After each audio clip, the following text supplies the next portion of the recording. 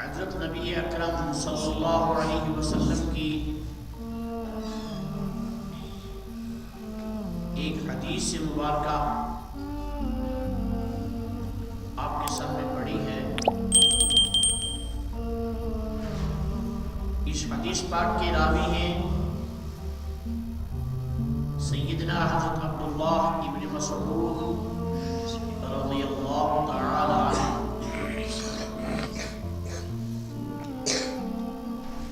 یہ عبداللہ ابن مسعود رضی اللہ تعالی عنہ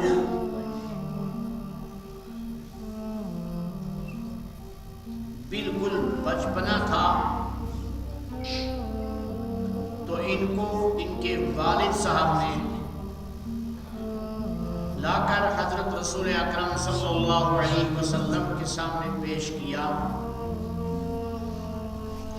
اور عرض کی کہ یا رسول اللہ صلی اللہ علیہ وسلم، یہ میری زندگی کا اثاثہ ہے، میں یہ آپ کی نظر کرتا ہوں، آپ کی خدمت میں پیش کرتا ہوں۔ حضور علیہ السلام نے عبداللہ ابن مسعود رضی اللہ تعالی عنہ کو، جو مسجد نبوی صلی اللہ علیہ وسلم کے ساتھ میں ہی صفہ تھا، جس میں دور دور کے صحابہ کرام رضوان اللہ علیہم اجمعین آ کر قرآن اور احادیث نبوی صلی اللہ علیہ وسلم سیکھا کرتے تھے، ان صحابہ کرام میں بٹھا دیا اور عبداللہ ابن مسعود رضی اللہ تعالی عنہ علم سیکھتے رہے۔ قرآن اور احادیث رسول اکرم صلی اللہ علیہ وسلم کے عالی دربار سے حاصل کرتے رہے۔ جب ان کے والد نے ان کو حضور علیہ السلام کی سپردگی میں دیا تھا تو آپ صلی اللہ علیہ وسلم نے ان کے سر پر ہاتھ پھیرا تھا اور فرمایا تھا اللہم فقہہ فی الدین وعلمہ التأویل، اے اللہ اس بچے کو دین کی سمجھ عطا فرما اور اس کو تفسیر کا علم عطا فرما۔ اس دعا کا نتیجہ نکلا کہ عبداللہ ابن مسعود رضی اللہ تعالی عنہ صحابہ کرام رضوان اللہ تعالی علیہم اجمعین کی جماعت میں سب سے بڑے عالم تھے اور سب سے بڑے فقیہ تھے۔ لکھا ہے کہ فقہ حنفیہ کے دلائل کی بنیاد اور فقہ حنفیہ کی اصل حضرت عبداللہ ابن مسعود رضی اللہ تعالی عنہ ہی کی تحقیقات ہیں، جو انہوں نے حضرت نبی اکرم صلی اللہ علیہ وسلم سے سیکھی تھی۔ ان کو صحابہ کی جماعت میں فقیہ الامت کہا جاتا تھا۔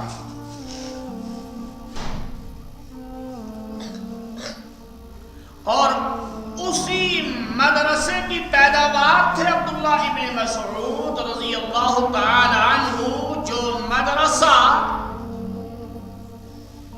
جو مکتب رسول اکرم صلی اللہ علیہ وسلم نے اپنے دست مبارک سے مسجد نبوی صلی اللہ علیہ وسلم کے ساتھ قائم فرمایا تھا۔ روایات میں آتا ہے کہ اس کو مکتب کہہ لیجئے، اس کو مدرسہ کہہ لیجئے، اس کو قرآنی درسگاہ کہہ لیجئے، اس کو علم حدیث نبوی صلی اللہ علیہ وسلم کا گہوارہ کہہ لیجئے، اس کو دربار نبوت صلی اللہ علیہ وسلم کی چوکھٹ کہہ لیجئے۔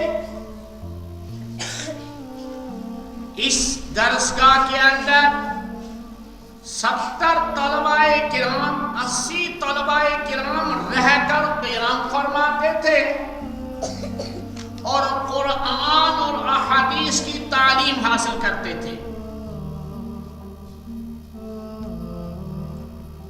یہی بنیاد ہے ہمارے دینی مدارس اور دینی مکاتب کی۔ مفکر اسلام حضرت مولانا سید ابو الحسن علی ندوی رحمہ اللہ فرماتے ہیں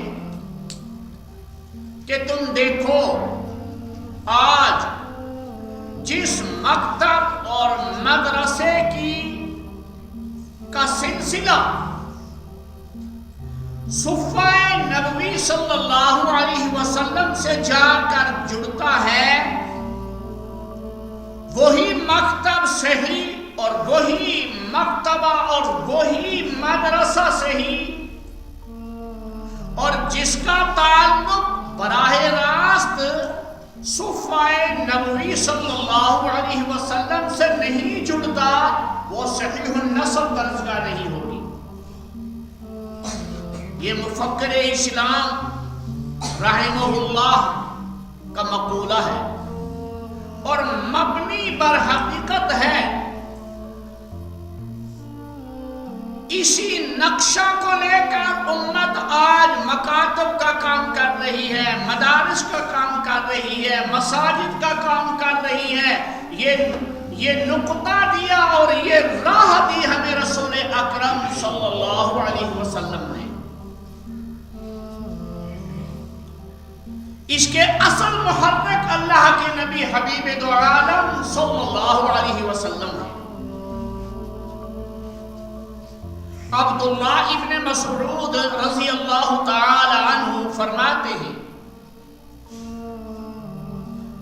کہ ہم دیکھتے تھے دور نبوت میں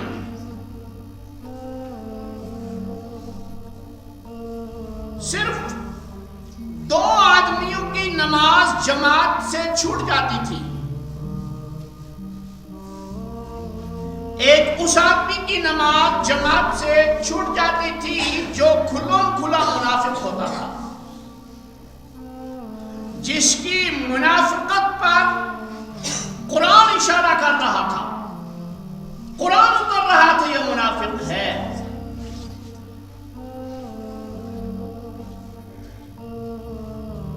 اس کی جماعت چھوٹ جاتی تھی اور صحابہ یہی خیال رکھتے تھے کہ یہ تو منافق ہے، اس کی نماز تو چھوٹنی ہی چھوٹنی ہے۔ اور دوسرا وہ مریض، وہ بیمار جو مسجد میں نہ آ سکتا ہو اور اس کو مسجد میں لانے کے لیے کوئی سہارا بھی نہ ہو، ان 2 آدمیوں کی نماز باجماعت چھوٹ جاتی تھی۔ اس کے علاوہ چاہے کتنے ہی کاروباری آدمی ہوں، صحابہ کاروبار بھی کرتے تھے، صحابہ سماج اور معاشرے کے اندر تجارت بھی کرتے تھے اور کام بھی سنبھالے ہوئے تھے معاشرہ کے،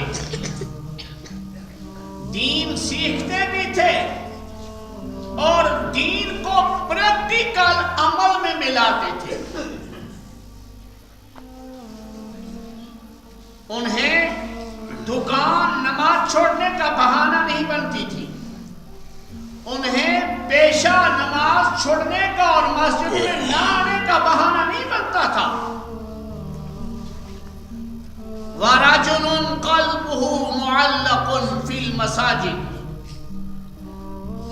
کہ کہ 7 آدمی ایسے ہیں جو قیامت کے دن عرش الہی کے سایہ کے نیچے ہوں گے،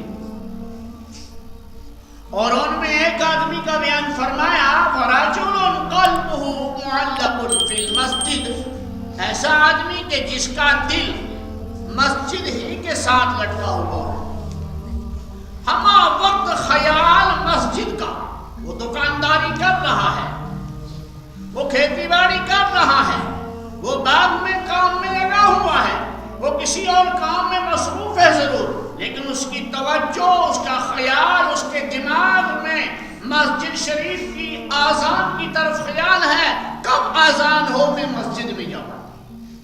وَرَجُلٌ قَلْبُهُ مُعَلَّقٌ فِي الْمَسْجِدِ، یہ مثال کی صحابہ کرام رضوان اللہ تعالی علیہم اجمعین۔ تو اس دور میں سخت سے سخت کاروبار والے کی بھی نماز باجماعت نہیں چھوٹتی تھی، سوائے 2 آدمیوں کے، ایک صریح منافق کی اور ایک مریض کی۔ پھر آگے فرمایا وَإِن كَانَ الْمَرِيضُ لَيَمْشِي بَيْنَ رَجُلَيْنِ حَتَّى يَأْتِي الصَّلَاةِ، بعض بیمار آدمی 2 آدمیوں کے سہارے پر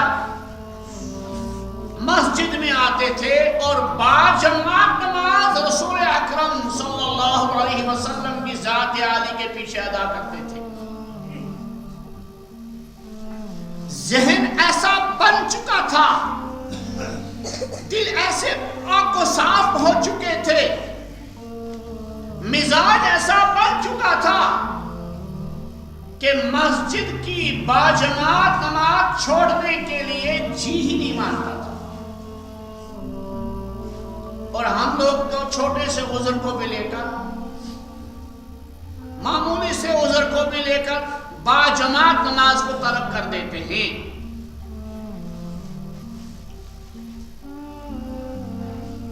جبکہ حدیث میں آیا کہ آپ صلی اللہ علیہ وسلم نے ارشاد فرمایا باجماعت نماز 27 درجہ زیادہ ثواب رکھتی ہے انفرادی نماز کے مقابلے میں۔ فرمایا جہاں 2 آدمی ہوں وہ بھی جماعت کر لیں، 3 آدمی ہوں جماعت کر لیں، اگر 2 آدمی بھی جماعت نہیں کریں گے، 3 آدمی بھی جماعت نہیں کریں گے، استحوذ علیہم الشیطان، ان کے اوپر شیطان کا غلبہ ہو جائے گا اور شیطان ان سے کچھ بھی کروا لے گا۔ شیطان طاق میں رہتا ہے کہ مسلمان کو کس جگہ جا کر بہکائیں اور کس جگہ جا کر اس کا جو ہے دین برباد کرے، اس کا ایمان برباد کرے۔ تو نماز کے لیے مریض بھی 2 آدمیوں کے سہارے پر آ جاتا تھا مسجد میں نماز پڑھنے کے لیے۔ وقال ان رسول اللہ صلی اللہ علیہ وسلم علمنا سنن الہدی وَإِنَّ مِن سُنَنِ الْهُدَىٰ الصَّلَاةُ فِي الْمَسْجِدِ الَّذِي يُؤَذِّنُ فِيهِ۔ عبداللہ ابن مسعود رضی اللہ تعالی عنہ نے دوسری بات بیان فرمائی کہ ہمیں حضرت رسول اکرم صلی اللہ علیہ وسلم نے سنن ہدا سکھائی ہیں۔ یہ سنن ہدا کیا چیز ہے؟ ایسا طریقہ، ایسا راستہ اور وہ طریقے سکھائے ہیں کہ جن کو اپنا کر انسان ہدایت پر قائم رہتا ہے، جن طریقوں کو اختیار کر کے انسان ہدایت پر قائم رہتا ہے۔ مثلا دین کی تعلیم، پڑھنا پڑھانا، قرآن مجید سے تعلق، ذکر و اذکار سے تعلق، سنت نبوی علیہ السلام سے گہرا تعلق، ان سنن ہدا میں سے ایک